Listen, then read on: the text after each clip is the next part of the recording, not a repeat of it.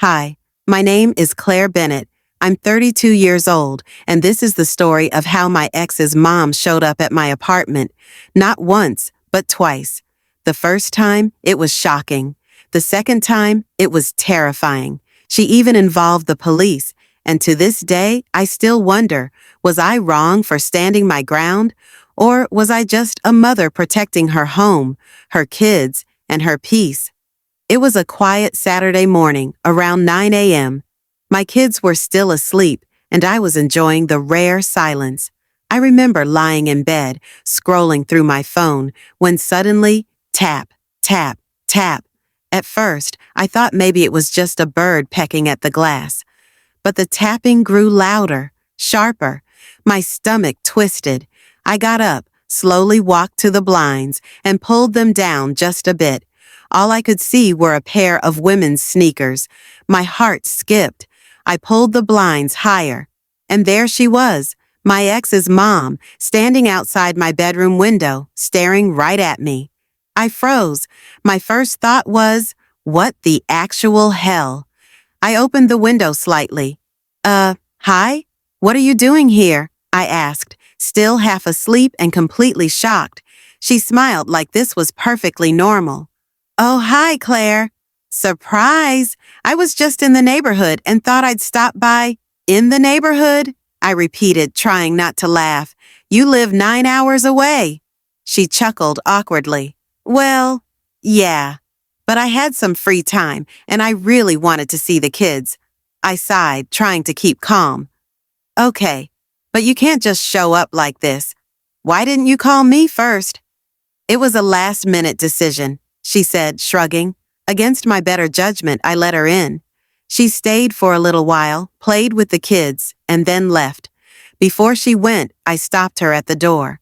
Listen, if you want to visit, you need to give me notice. And I don't mean 10 minutes. I need at least a week's heads up, okay? She nodded, promised she understood, and drove off. I thought that was the end of it. But oh, how wrong I was. 4 months later, it happened again. I was at my dad's house, about 45 minutes away, visiting with the kids. Suddenly, my phone started buzzing, call after call, 5 in a row. Finally, I picked up.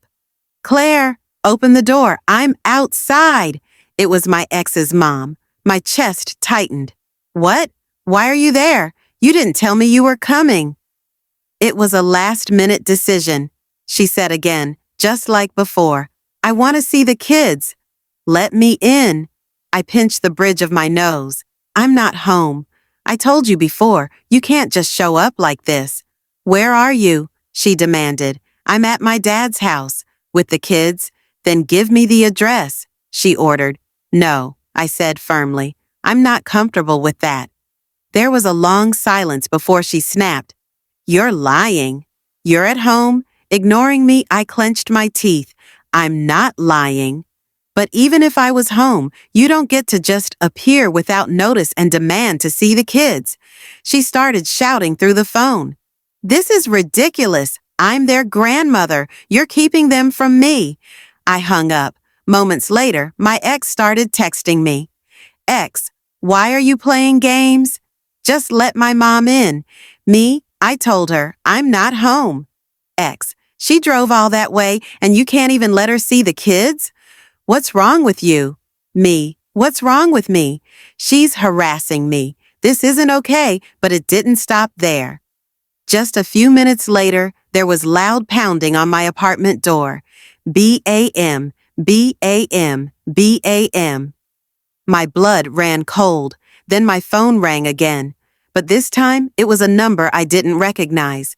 I answered cautiously. Hello? Hi, this is Officer Daniels with the local police department. Are you Claire Bennett? My throat went dry. Yes, I am. I'm outside your apartment right now. We received a wellness check request. Someone